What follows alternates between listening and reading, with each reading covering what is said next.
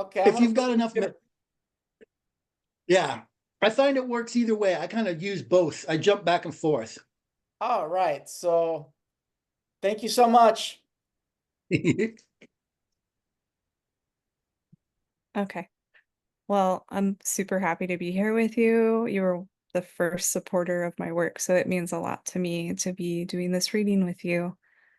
Let me read your bio.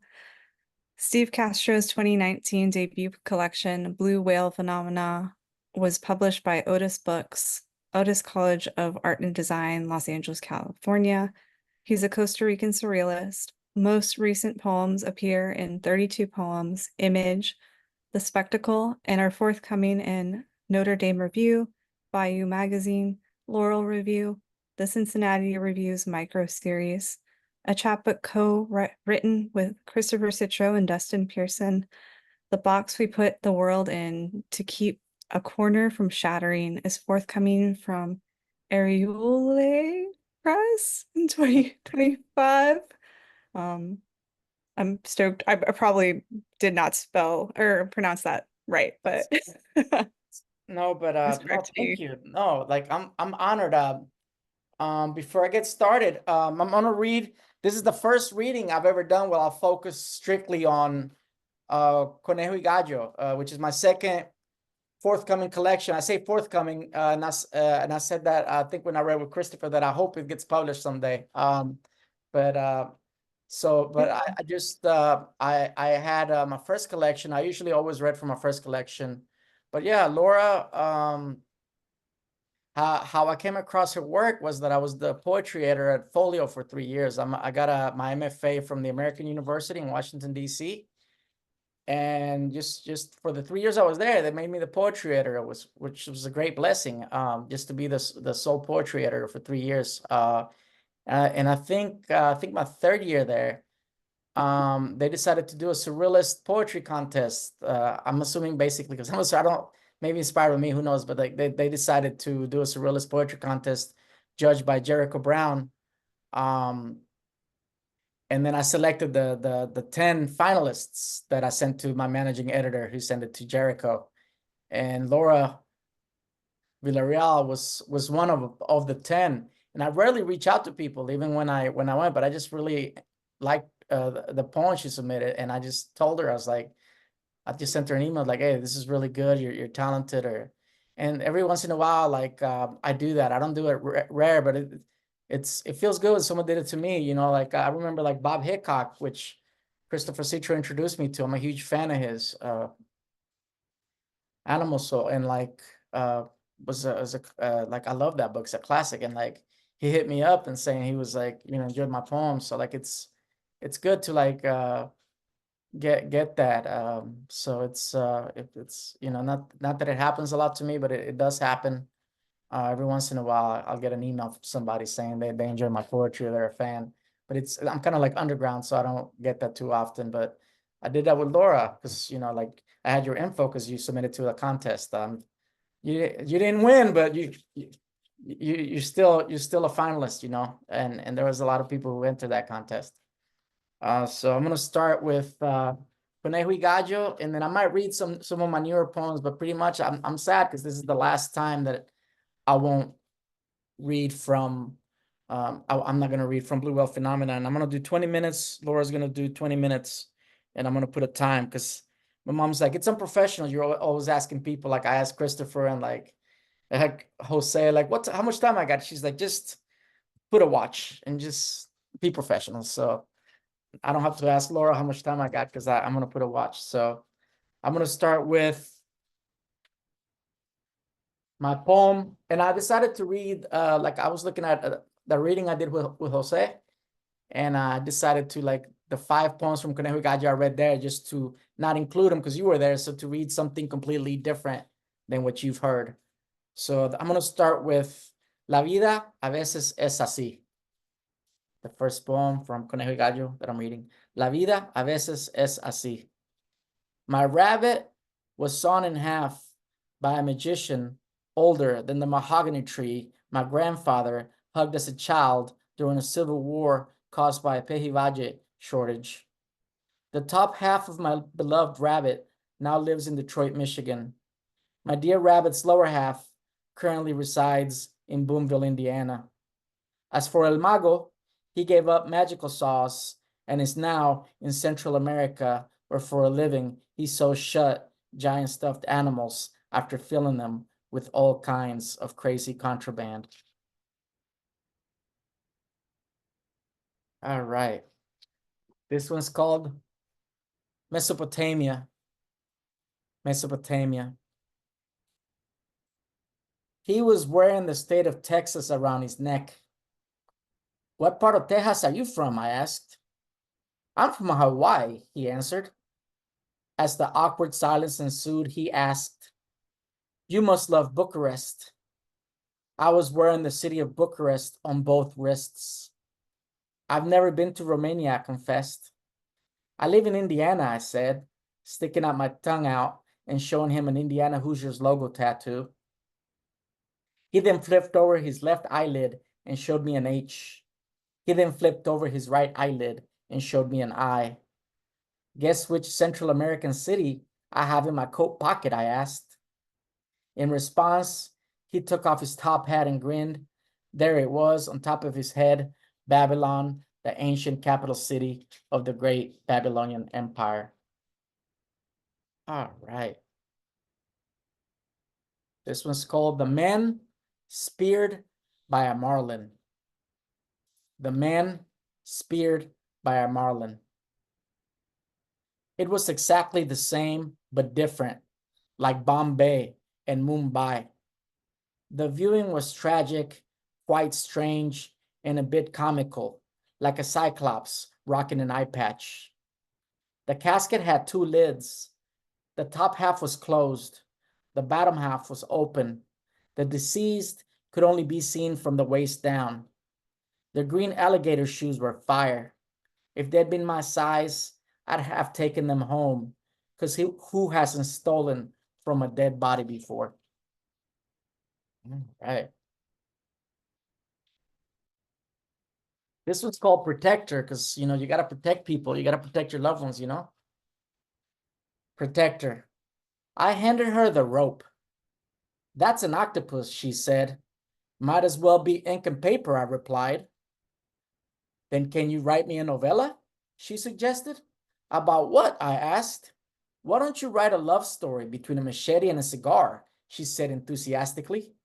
The rope-turned octopus then commented that such a love story had already been written. Ink and paper don't just write themselves, I thought, before a loud splash was heard coming through the open kitchen window. The octopus, holding a machete in each tentacle, told us to stay put while it disappeared into the Black Lagoon to investigate. All right. And now,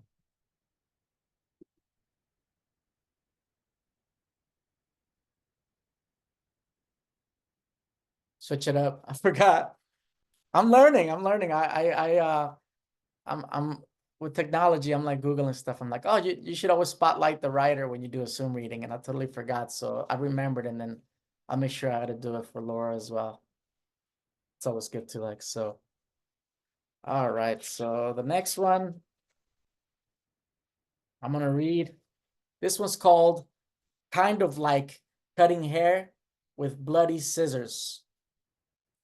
Kind of like cutting hair with bloody scissors. The government of Kartipakisto fined a teenager an ancient behemoth skull for burning down a Wanavana tree older than Kartipakisto's third moon. It's okay to burn down something sacred for the greater good. If you burn down an institution of higher learning full of students because Kartipakisto's sun is growing more and more distant each day, Kartipakistanos everywhere will say, look, listen, our temporary suns are screaming so brightly.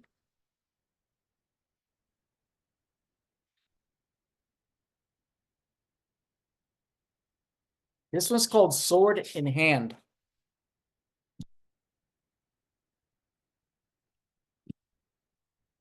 The good thing about 20 minutes, it's quite long. You can read some a lot of poems, but it's also like can go fast, you know.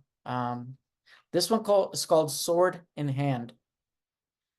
My mind is a labyrinth of wolves and rabbits. My wolves should be able to do away with any difficulty that arises. My rabbits are chess pieces on my wolves' chessboards. When you are checkmated by one of my wolves, it's solely because a pawn rabbit was knighted. My mind's rabbits hold bastard swords, waiting for my mind's wolves to tell them where to move and whom to slay. I have a lot of animals in my poems, like Aesop's Fables, which I read when I was in the Middle East during my 6 months there. I read quite a bit while I was there. I never really read much poetry till I started writing poetry when I turned 30. But I from 18 till, because I never really read, but somebody handed me, I think I've said this before, a book by the Pelican Brief for John Grisham. And then after that, I just started reading nonstop. But mostly it was fiction and occasionally nonfiction. And then when I turned for like 12 years just straight. And then when I turned 30, I started reading poetry. It's ironic actually that I became a poet. It never occurred to me that I would be a poet. Last words.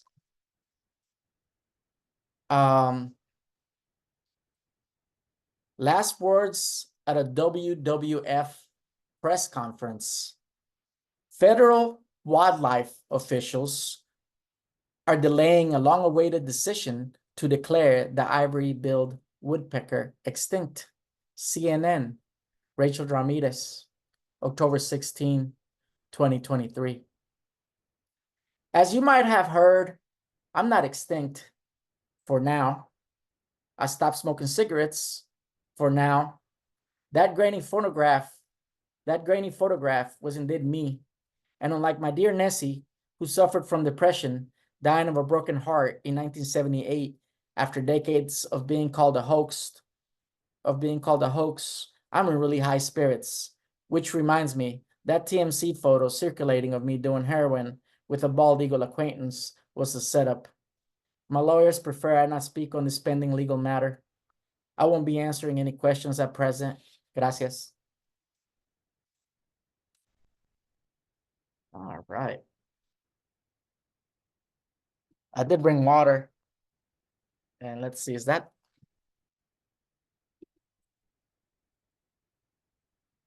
Okay, how did I get into poetry? What was the first poet for me?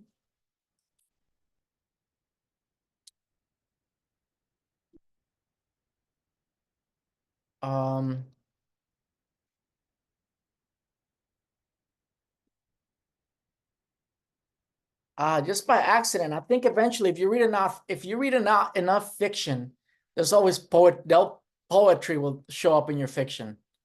And there's always fiction writers you love who are brilliant, who write poetry, like Oscar Wilde. The Picture of Dorian Gray, his only novel, was like classic. I read it. I'm like, this guy's brilliant. And then he wrote sonnets, so I read his poetry. Edgar Allan Poe had some of the best short stories I've ever read in my entire life, and he wrote heavy poetry. So like, I got into poetry by fiction writers who wrote poetry. Like, so fiction writers that I really admire. A lot of fiction writers and a lot of writers like admire poets, and it's something that you find out the more you read. They're always like, even in manga or anything, you always hear like people mentioning poets and poetry. So like, if you're a reader, if you're into the arts, whether it takes a decade, it's eventually impossible for you not to eventually go into poetry. And then I just thought I could do it. When I spent a summer in 2001 in New York City, and I just took a book by Ogden Nash. So I really loved that book by Ogden Nash. So he was like he was a poet that I admired. All his poems are short, they rhyme, and they're kind of like silly, but they're brilliant. So yeah. And I still got plenty of time answering questions, and I still got 9 minutes. This one's called As Advertised. When I saw a herd of camels on fire a few hundred meters away, I called my first cousin, who was a rainmaker. We spoke for 20 seconds, then I hung up, ready to save the day. Immediately after I finished the ritual as instructed, a meteorite crashed into the camels, wiping them out and momentarily blinding me. I called my cousin back. Did it work? Before I could reply, it started to rain. Yes, I said. Thank you. You're welcome. Then my cousin hung up.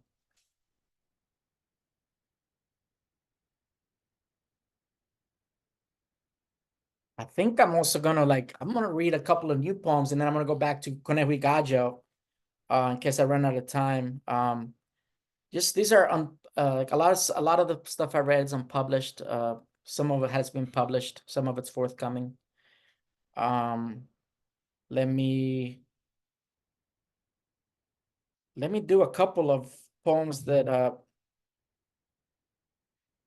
that are, okay. All right. So here we go. There's a couple of poems that are not part of Conejo y Gallo, but like I'm reading and like this and so this one's called Like a Headless Zombie. Like a headless zombie. I just dreamt I cut someone's hand off at the wrist during hand-to-hand combat. Kentaro Miura must be on my mind. Sometimes we want to be influenced by morpho butterflies and tres leches, but somehow guillotines enter the picture. This is a prose poem called, oh no, it's not a prose poem. It looked like I write quite a bit of prose poems, so this one's called Nephilim Encounter. Nephilim Encounter. I shook a man's hand, fragile. For my sake, I thought, like Jadro. He was massive, standing over me like storm clouds over a rope bridge. His smile, soft and gentle, like cobwebs blanketing a dry human femur bone.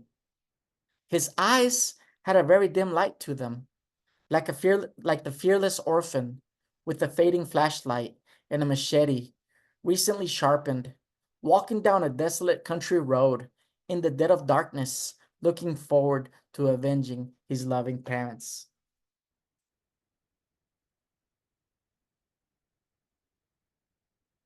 Oh, here's a poem from Conejo y Gallo that I love. It's not published yet, but I do love it. I'm hoping it gets published. It's called Fattening Up Poultry. Not that I don't love my other poems. My other poems are getting jealous now. Really, Steve? You're the only one you said you love is this one? My other poems are gonna like try to sneak up on me at night or something. I don't know. But this one's called Fattening Up Poultry. I love it just like I love my other poems. So Fattening Up Poultry. Everyone watched its descent, except for the chickens eating earthworms. Indecipherable runes carved on every square inch. The coffin was a black cloud, like the soul of the corpse within. Nails dug deep into wooden flesh. This is I still got 5 minutes. This is my last poetry reading of 2024, and honored that Laura was kind enough to read with me, because life is short, so it's just better to like do readings with people you love and admire, and like people that are willing to read with me. Like I said, like I'm kind of like, I don't know if I want to be able to say I'm underground anymore, because now like I think part of me thinks so, but it's I'm kind of more like emerging, established kind of, but like I feel like for like a lot of people don't really know who I am, so I don't get invited to readings as much. So I just decided that I still want to read, right? And I just decided to, to Christopher Citro, Dustin Pearson, Jose Hernandez Diaz, now Laura Villareal, and things like that. Like, it's life's short, 2-3 readings a year. You know, you never know. Like, I read the news a lot. I'm part of me. A part of me once thinks if that's why my I still got 4 minutes. My poetry's a bit dark. Part of it's also because, like, I don't know how, but like when I was a child, I would watch some movies I shouldn't even be watching. A lot of horror, like really, even be like hardcore crazy. Like some of them are like I can't even talk about it. They're so crazy. But the ones I can talk about are like Friday the 13th and Jason. I remember like this drunk guy was like stumbling, walking forward. He drank like a pint of whiskey or whatever, and he threw it back. And then he just kept walking drunk, and then the bottle didn't shatter because you expect it to shatter. And then he turned around and it was like Jason holding it. I'll never forgot that. I'm like, that's brilliant.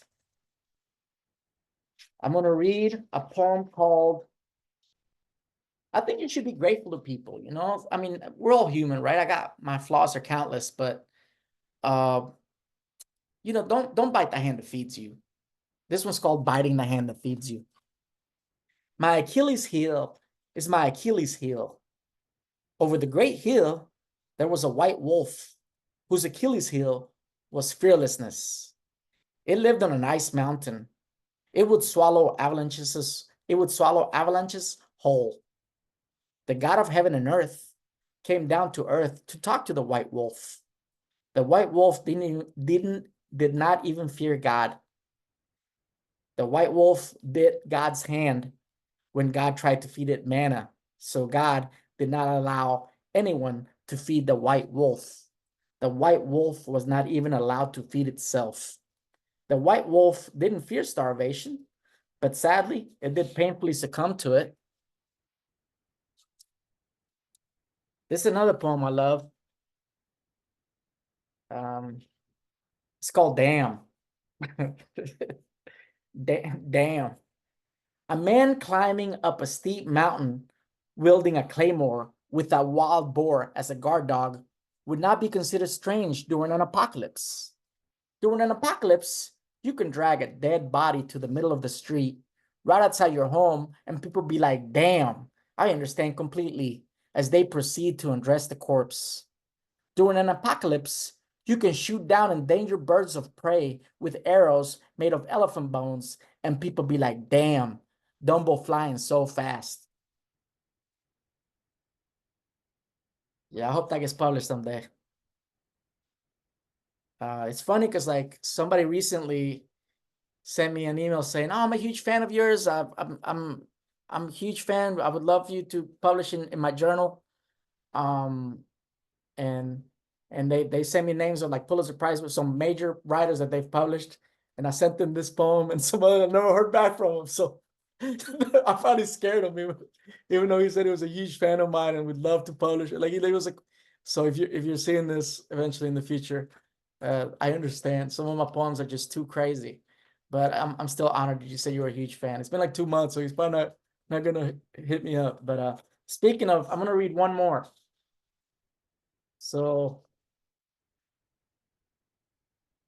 I'm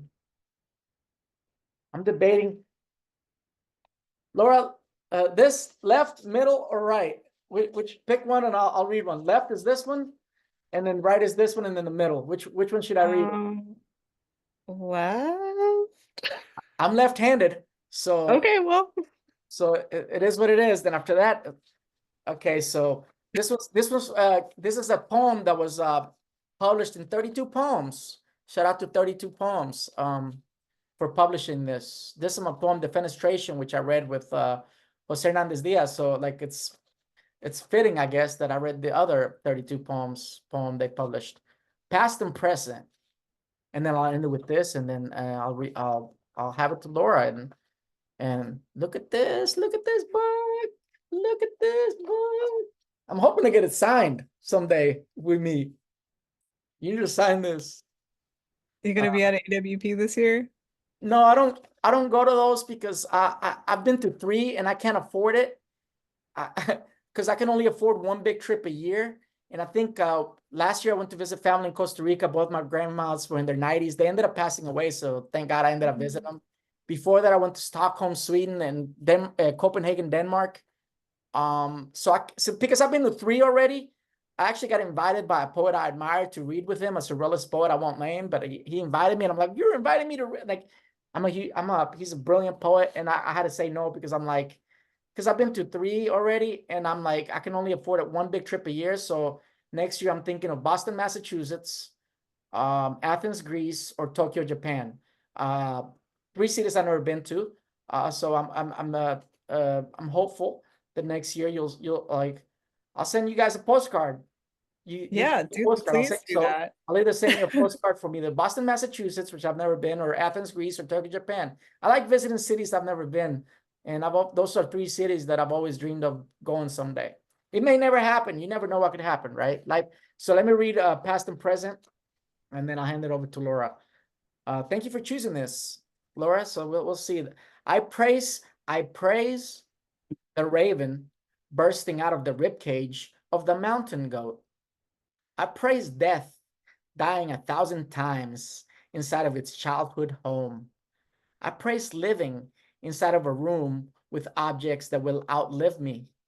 I once praised an old man for his wisdom, and he responded by dying in front of me. I praised the raven that burst through that sage's ribs. Thank you. And Laura, did you know that Christopher was my first Yay! did Great you reading, Steve. thank you. Did you know, Laura, that Christopher was my first poetry mentor? He's my first instructor at a when I was I didn't even study poetry. I was a Germanic studies major. And but I love poetry, so I was getting my Germanic studies degree, and I took a poetry workshop, and the first person was Christopher, and he was just really, really kind and just very encouraging, and just talked greatly about my poetry, and it was just made me feel good, to be honest. Oh, that's awesome. So in the same way you said I was the first person to do that, Christopher was the first one to do that for me. So it's good that so it's good that you have people like that like that see something Yeah. in your work that makes you want to um pursue it. I don't want you to start reading for like 5 minutes and then forget, so let me just try to switch you. Well, no, it's like otherwise it'll be 10 minutes. You're like, wait a second, you read on the small window the whole time. Okay. Let me read your third person bio, and then oh my god, I had it out, but I didn't print. I should have printed it. Let me right here, just right here.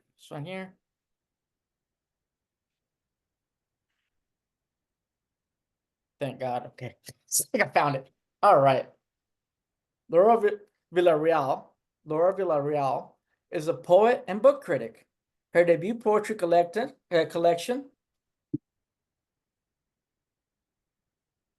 Girl's Guide to Leaving, was awarded Texas Institute of Letters John A. Robert Johnson Award for her first book of poetry and the Writers League of Texas Book Award for poetry. She is currently an associate with Letras Latinas, the literary initiative at the University of Notre Dame's Institute for Latino Studies, where she co-edits and writes for Letras Latinos blog too, in addition to working on other related projects. A brilliant poet. I've told her that. I've told the public this. So I've talked so much. I don't know. I'm honored. I'm honored. Yeah, thank you for that. In talking about connections, when I was at West Branch, I was very lucky and we got to publish some of Christopher's poems. Christopher! Yeah. Yeah. So Thank you, Laura. Thank you. Thank you. yeah, yeah. I mean, it was a team effort, but like I was stoked that we were gonna get to publish your poems. I'm gonna read a couple poems from my book, and then I'm going to read some new work because I'm working on a second book. Nice. Yeah. Girl's Guide to Leaving. In the beginning, there were white owls with the faces of women, the ones your grandmother warned you about, the ones your mother said were only Mexican folklore. But now you see them everywhere. As you drive late at night on a road that turns sharply like a wind-up toy, reminding you it doesn't belong to you and never will. You know the remedy. Hug the curbs until they croon for you like your grandmother's music boxes. You've always known how to charm a place into loving you back. But for now, this state, this road, and even the sky don't belong to you. Your want sparks a miracle of white feathers. Your want cores you awake each morning. You come from a long line of wandering men, men who cut night in half just to leave a city with an infant cooing in her sleep. In the beginning, women sold their hearts for freedom and were vilified in legends. You're the first girl in your family to never stop moving. Your legend is that you write your own legend. Heartless girl, if you don't keep moving, any place could become a cage, and you've already escaped once. Luck doesn't occur twice, you know. In my first book, I'm really interested in folklore and myth, um, particularly Mexican American folklore. My mom used to recite stories from memory to me, so every time it would change like just a little bit. I think that really influenced that interest and that focus. Baby teeth. Some afternoons, music sways like a broken screen door in a distant part of a house I was never a god in. It's flooded with marigold light, and it makes sense that my milk teeth have been traded to Deep South spiritualists. They say I was born fanged and feathered like no child from heaven should be. A miracle. That when I lost those teeth, I became human. My feathers burned one by one each year of my life. I'm tired of the way my mouth fills with guava seeds like infant pearls after. Give me blood from pomegranates. I demand tears in every screen door in the South until they fall off their hinges or every onyx tooth is planted in the ground around my body. Wait. Let a song come first from a black storm rolling over the still sorghum fields. I am nothing if not determined to recreate myself as a god.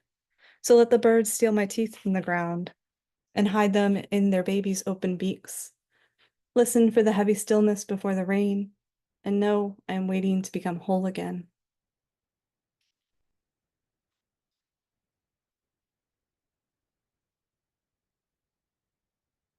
Um, so in my book, I also have some like made up stories, like bedtime stories, which I had a whole lot of fun writing.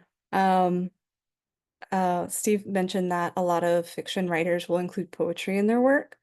And I remember when I was like a young reader, I loved when people had like a little epigraph of poetry. I remember one of the ones that I ended up memorizing was William Blake's The Tiger, because it was like part of this little fiction book, and that I loved the way it felt when I would recite it. Um, but so this book kind of it's both poetry, but it also has this play with like fiction and storytelling. A bedtime story about the heart. The only thing sensible about the heart is its shoes.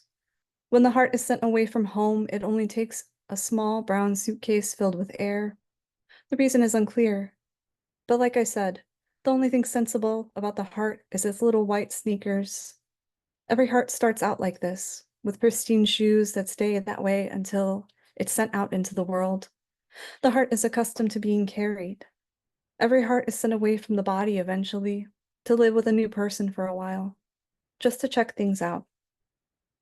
The new person learns that the heart melts a little when it's given coffee in the morning, and how it likes its fruit to be cut instead of eating it whole, and that it swallows its pomegranate seeds, and that it can't sing in key. This heart has no rhythm. Or the heart's needs are neglected and it rubs its shoes in the dirt, waiting for promises to be fulfilled. Some hearts are twisted for the fun of it. Some are left blindfolded in the trunk of an Oldsmobile somewhere in Nevada. If the heart, if the person the heart stays with is good and kind, the heart will send a telegram home and ask its body to come join them. But if that's not the case, then the heart must walk back home. It trips and falls a lot, since hearts are top heavy. Its little shoes get covered in brown dust and fill with water when it rains. The heart gets lost a lot on the way because it doesn't know how to ask for directions or receive help. Eventually, the heart makes it home, a bit bruised, sometimes a little worse for wear or addled, but I've never heard of a heart that didn't make it back. If the heart makes this trip enough times, it'll trade up for black boots, but not always. Sometimes the heart wears the soles off its sneakers, lets the white stay brown, and puts duct tape over the holes. I want to tell you, all hearts find good homes eventually. I want to tell you they're all taken care of forever. I want to tell you that the body treats the heart well when it comes home after its long journey. But the truth is, the heart's body inflicts wounds worse than any other person could. So I hope someday I find my heart's boots abandoned at a roadside museum full of dinosaur bones. The heart's suitcase left butterflied in a small town. I hope when I call its name, it never answers.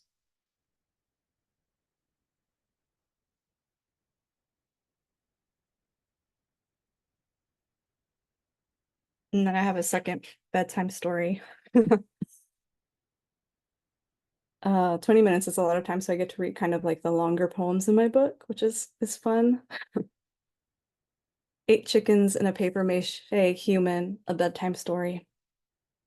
Imagine if it was steam powered, the brass endoskeleton heaving, ankle movements rigid, 16 talon feet pulling levers in tight precision, rolling clouds and feathers peeking through uneven paper layers, steam warping the paper inside out. Imagine the paper mache human lays awake at night, white light of a billion stars rushing through the window blinds.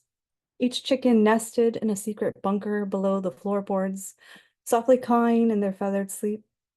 The paper mache human continues smiling, never blinking in the moonlight of absence, perhaps thinking about the human family sleeping in the other wall boxes, wondering if they dream about being made into paper cranes like he would if he could dream. Curious why a big box full of smaller boxes is called a house, and if longing can be solved by folding it small enough to fit in a pocket. Outside, the coyotes sharpen their knives on each other's whetstone teeth. Like all good squatters, they write field notes and watch until the day they massacre a lineage. Imagine the smallest human in the family wrestling tumbleweeds in the dust every day, while the chickens inside the paper mache human eat corn nuts in the shed, building a rocket to take them away from Earth. They've learned to make fuel from grinding their eggshells. Every sacrifice is a promise for better. The paper mache human knows these plans don't include him. He knows the chickens will leave his body in a fleshy heap, or perhaps ripped into confetti to celebrate their success. His brass endoskeleton will be used for parts or discarded in the desert with all the other skeletons. A gathering of tumbleweeds is called a departure, but sometimes the smallest human thinks it's called a wish. Someday the small one knows the coyotes will come with knives in their mouths and steal his good avocado growing land for themselves. Not even the tumbleweeds will protect him. He worries about future feudalism. He worries he'll grow up to be like his pop or a vanishing point on every skyline. He worries more about this than the coyotes and begins humming a song he once heard. The body's acoustics can convince all good things to stay, can make time spin around in the same moment for eternity. But it isn't true. The smallest human hums, and the rumbling of the chicken's rocket muffles his vibrations. The coyotes use this opportunity to attack, but can't stop coughing when they smell burnt eggshells. The departure of tumbleweeds gets blown away by the rocket's thrusters when the paper mache human flies for the first time, imagining himself a paper crane into a nearby loquat tree, still smiling. His arm sways as if waving. Imagine the small human wasn't mistaken, that a departure is actually a wish. Let me check my timer. Oh, still got some time. Boiling puffins. Or were they penguins? 3 million boiled into lamp oil and their beaks sold as children's masks during summer festivals.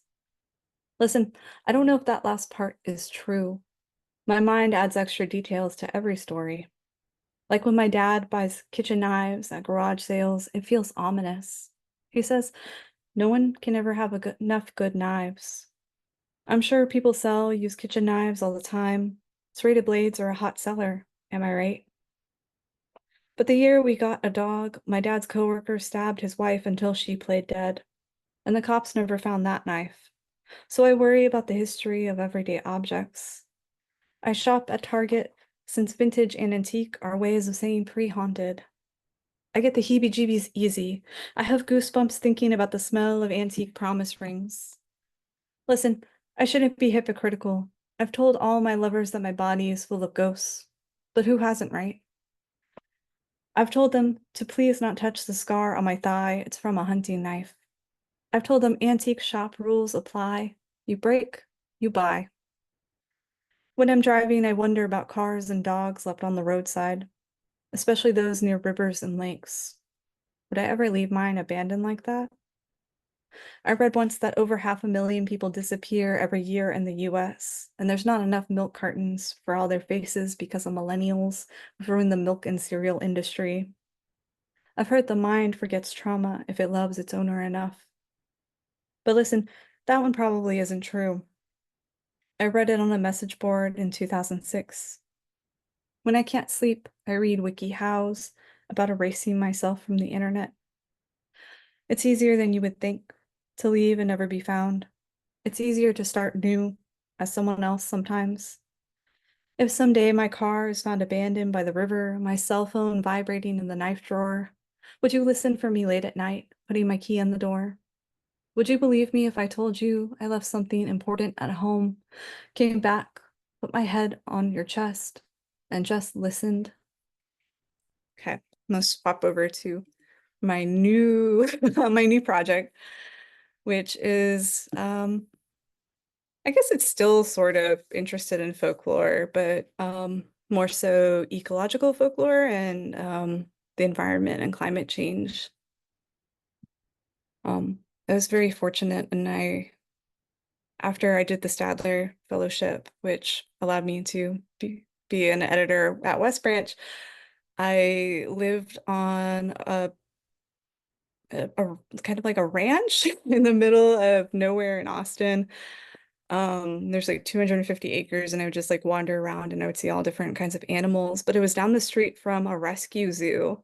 So in the morning and the evenings, you could hear the lions yawn and roar, which was kind of magical. I really miss that sound. So the first poem I'm gonna read is, I mean, it talks about it a little bit, but you'll see. Miss the forest for the trees. The green brain ball is a horse apple. My mother tells me there are many things I cannot name. I age into a knowing, older, less blazing-eyed. Wonder is microscopic, but grief, crystalline and innumerable, shines everywhere. Like the park I spent my youth in, I have become a manicured wilderness. A new bridge and paved paths. The bordering forest now opens as if calling me in. So I go.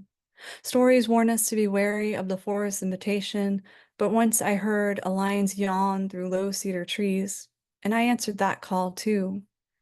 We return to what we know, even if it's become unfamiliar. As I walk between thin trees, I find shelter made from their felled companions. Sometimes I mistake shelter for the trees. Sometimes I wonder if you understand me at all.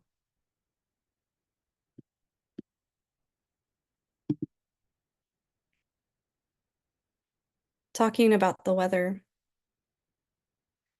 Wildfire haze veiled the mountains while we harvested dragon tongue beans. My row discussed the weather of my home state's politics. The row over gossiped, then traded allegories. Repetitive motion, infinite marvel if you're like me, estranged from the earth and unable to name its smallest citizens. A farmer shows me the underside of a leaf, points to the cradle belly, filled with eggs and something else. A village of Mexican bean beetle pupa. All I see are miniature lemon drops wearing pocket-lint hats. Sticking in wonder is difficult when the news makes me want to talk about weather. The heat dome over Texas I've escaped for now, Florida's 100-degree ocean, and Arizona's saguaros surrendering after a centennial life to this year's heat. I small talk like my life depends on it. If weather is a series of symbols, then maybe it does. My year of naming. I want to call them what they are. mesquite bean, cucumber beetle, coyote melon, crabgrass, fall asters, fire ants, mistflower, yarrow, henbit, garlic chives, catmint, bee balm, lantana, and know the tenderness of attention. I revolve around bad news like a satellite, the orbit of collective grief, the pull of a stone in my throat. I ground myself as I tend tomato blossoms. I mimic the bee with a flick of my finger on each yellow star. I can be obsessive in my worry, in the way I love. I can't help but notice any shadow or sunbeam. Beloveds, can you hear me practicing your names? Little blue stem. When the tending is done and the sun aches, a black cat crouches on the edge of the little blue stem. The pinking sky elapses into blue mountain. A bobwhite appears and sounds off. I'm here. I'm here. Worry is someone else's fortune. A fox runs like a flame, leaps into the little blue stem.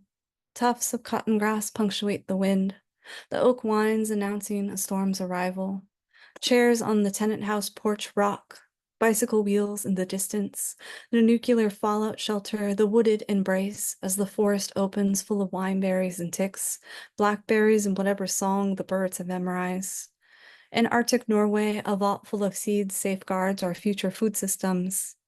Tomorrow is a distant edge of little blue stem. Tomorrow is someone else's problem until it's not. So it's true. There actually is a vault in Svalbard, Norway.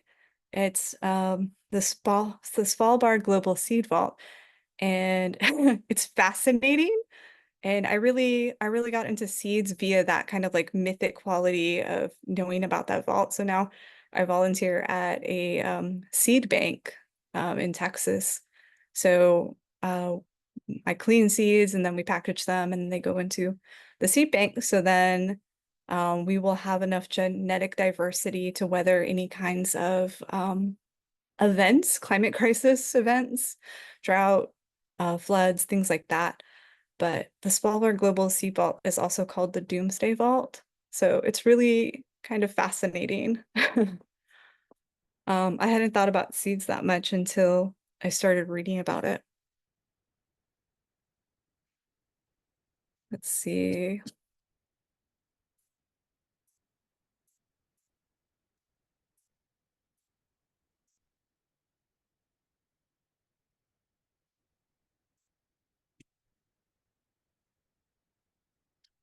I think I'll read just one more. It's kind of a weird one. Let me get to the bottom of the manuscript.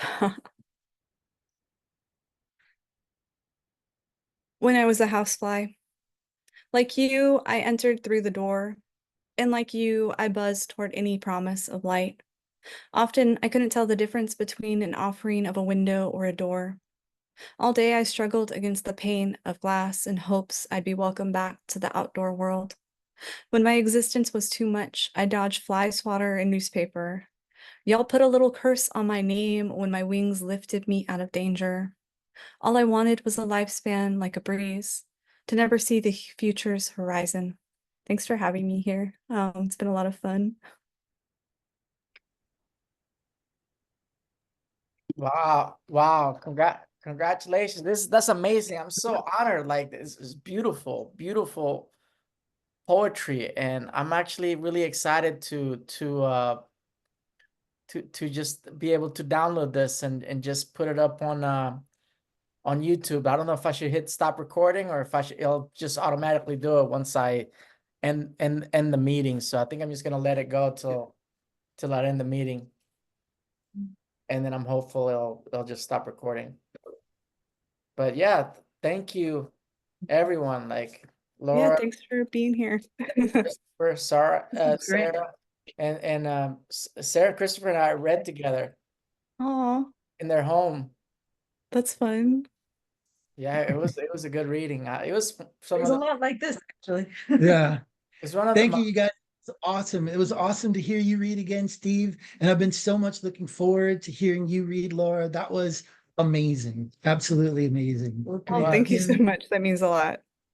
Oh, and wow. Right, Christopher? When I hit end, I'll just hit end and it'll automatically stop recording, right? Yeah, did you have it recorded to the cloud? Recorded to my computer. Your computer. Yeah, when you end the meeting, it'll stop recording and then you'll wait for a little while and then it'll send you a little message saying the recording's ready and then you can take it out of the folder. Perfect.